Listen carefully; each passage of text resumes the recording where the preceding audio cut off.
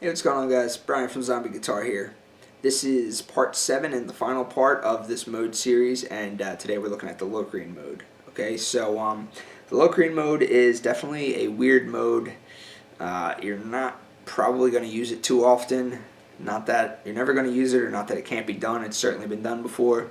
But there's one primary reason that this is kind of a weird mode to use, and that is because the one chord is neither major nor minor.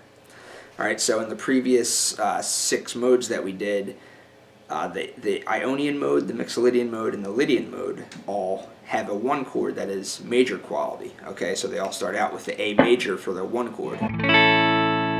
Okay, and then the other 3 modes, the Aeolian, the Dorian, and the Phrygian, they all start out with a 1 chord that is minor. So we started out with the A minor as our 1 chord. Alright, but for the Locrian mode, the 1 chord is actually a half diminished chord. Alright, so if you're just looking at the triad, it would just be a diminished triad. It would be a root, it would have a minor third, but then it would have that diminished fifth. Okay, so instead of being a, you have a diminished fifth.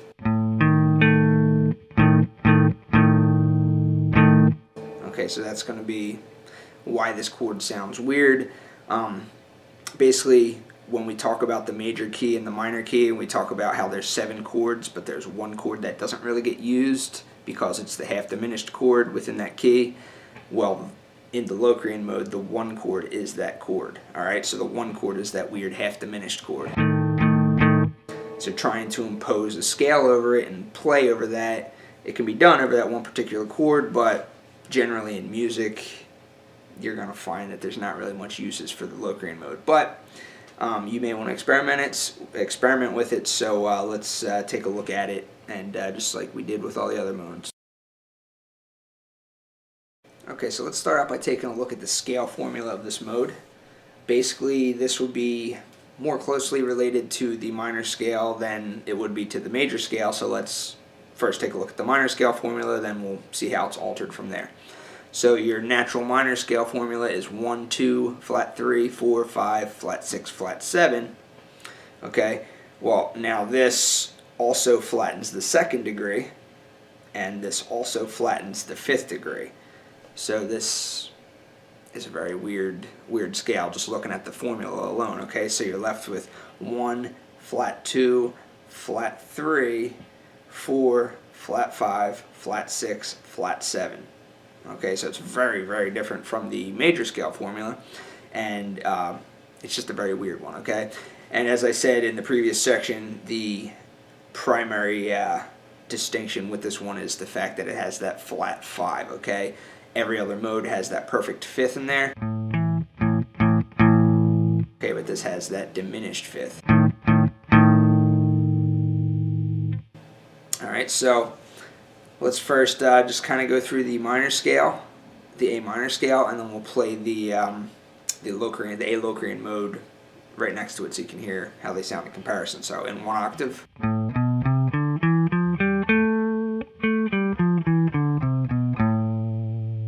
Locrian mode.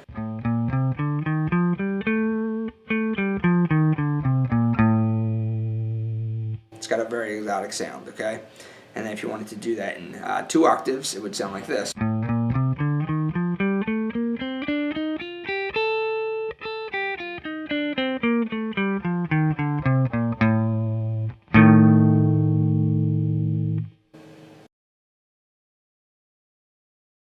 Okay, uses for the Locrian mode. Alright, so as I said in the last couple sections, the uses are kind of limited to this, but if you're going to use it over a chord, the chord to use it over would be a half diminished type of chord, okay? And a half diminished chord has a root, it has a minor third, it has a diminished fifth, and if you were going to make a seventh chord out of it, it would be a flat 7, okay? The same seventh as you would find in a dominant chord or a minor 7 chord, okay? So it's basically just a minor 7 chord, but the fifth degree, the fifth is not perfect, the fifth is now diminished, okay? So the difference between that would be, here's just your regular power chord, root and fifth, here's the diminished fifth.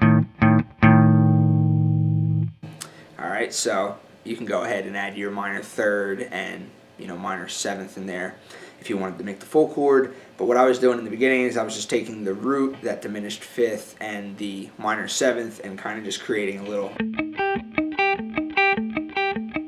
just looping that over and over, okay? So it was just tones from that half diminished chord. So the Locrian mode works over half diminished chords or some of the tones within the half diminished chord, okay? It's that diminished fifth that really gives it that sound, okay? You could also just do it over kind of like a drone note if you just wanted to have an A note going.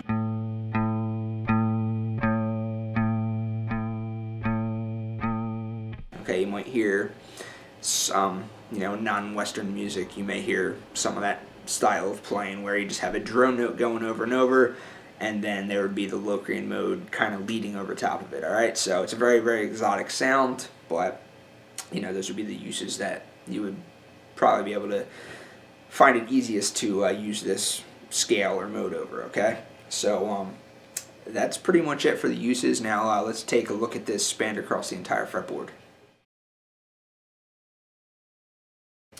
Okay, so here you have your A Locrian mode spanned over the entire fretboard, and as with all the other modes, the parent, each mode has a parent major scale.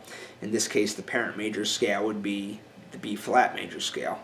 Okay, so you can see your B flat major scale pattern right there.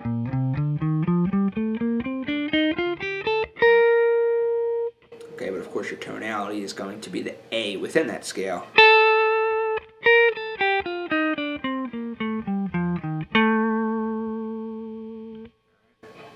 And then if you wanted to look at it from the first position of the minor scale pattern, you have your natural minor scale pattern over here, the G minor, natural minor, it's a relative of it.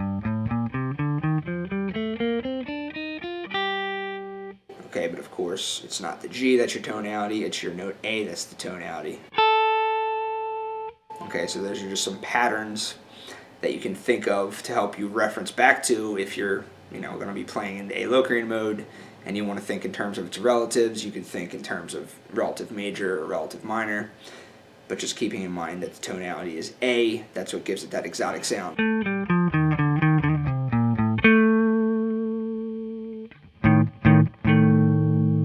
Alright, very, very weird. So that's it spanned over the fretboard. Let me just kind of walk around these patterns a little bit, okay? So you can kind of just see how this all fits together, and I'm just going to play it over top of the previously stored loop that I had.